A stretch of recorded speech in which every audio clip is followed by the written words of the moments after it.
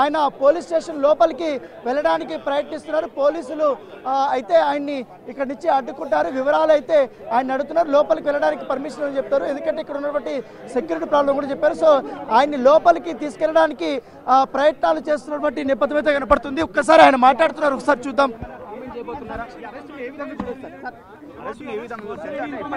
Sunday థియేటర్కి సంబంధించి యజమానులను ముగ్గురు అయితే అరెస్ట్ చేయడం జరిగింది. దాంట్లో ఆ రోజు జరిగిన సంబంధించి కూడా ఇప్పటికీ 25 లక్షలు కూడా పరిహారం కూడా అతను ప్రకటించారు. అసలు ఆయన మొత్తం మాట్లాడడానికి నిరాకరిస్తున్నారు. నా అల్లుని నేను లోపలికి చూడడానికి నేను వచ్చాననేసి కూడా చెప్తున్నాడు. ఇప్పటికే అల్లు అరవింద్ చేరుకున్నారు, అల్లు శిరీష్ ఇక్కడికి వచ్చాడు. ఇప్పుడు అల్లు అర్జున్ సంబంధించిన మామ ఇక్కడికి చేరుకున్నటువంటి నేపథ్యం అయితే కనపడుతుంది. ఎవరు కూడా నోరు మెదపటం లేదు, లోపల ఏం జరుగుతుందని కూడా వాళ్ళకు కూడా ఇన్ఫర్మేషన్ లేదు.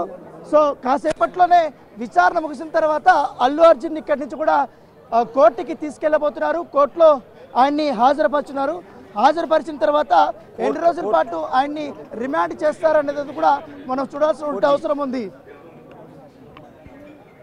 ఒకసారి ఏంటి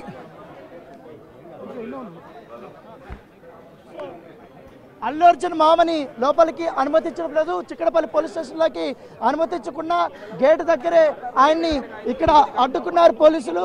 లోపల ఉన్నటువంటి అధికారులతో మాట్లాడి లోపలికి పంపిస్తామనేసి కూడా పోలీసులు వాళ్ళు చెప్తున్నారు. సో ఇప్పుడే ఆయన లోపలికి తీసుకెళ్తారు. ఆయన వెళ్తున్నటువంటి విజువల్స్ మనం చాలా క్లియర్గా చూస్తున్నాం ఎక్స్క్లూజివ్గా.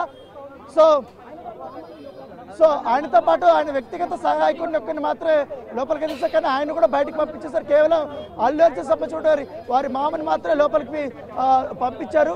సో ఆయనతో కూడా మాట్లాడడానికి ప్రయత్నిస్తున్నారు. సో లోపల పోలీస్ స్టేషన్లో మాత్రమే కూర్చొని అల్లు అర్జున్ని కలవడానికి వీల్లేదని కూడా పోలీసులు చెప్పినటువంటి నేపథ్యం అయితే కనపడుతుంది. సో క్రౌడ్ పెరిగిపోయింది.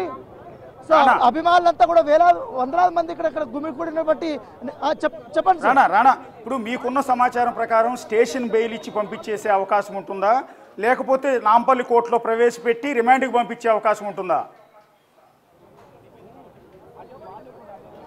100% ఈ కేసులో స్టేషన్ బెయిల్ ఇచ్చే అవకాశమే లేదు. ఎందుకంటే నాన్ బెయిలబుల్ సెక్షన్ కింద బెయిల్ ఇచ్చే అవకాశం ఉండదు. ఖచ్చితంగా కూడా నాంపల్లి కోర్టులో మెజిస్ట్రేట్ ముందు హాజరుపరచిపోతున్నారు. అల్లు అర్జున్ని రిమాండ్ చేయబోతున్నారు. అయితే రిమాండ్ ఎన్ని రోజులు చేయబోతున్నారు? 7 రోజులు చేయబోతున్నారా?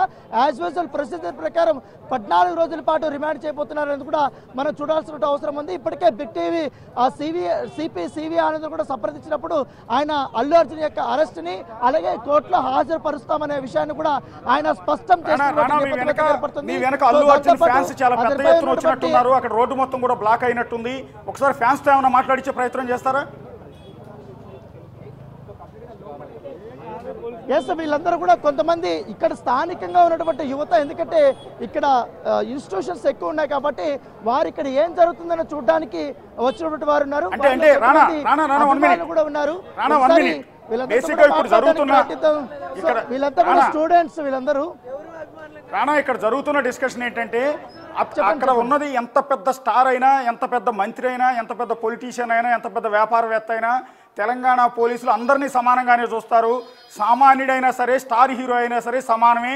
ఎవరైనా తప్పు చేస్తే అరెస్ట్ కావాల్సింది, ఎవరు ప్రాణం పోవడానికి కారణమైనా అరెస్ట్ చేస్తామని నిరూపించిన నేపథ్యంలో తెలంగాణ పోలీస్ హ్యాట్స్ ఆఫ్ అంటూ ఇప్పుడు ట్విట్టర్లో ట్రెండింగ్ నడుస్తోంది.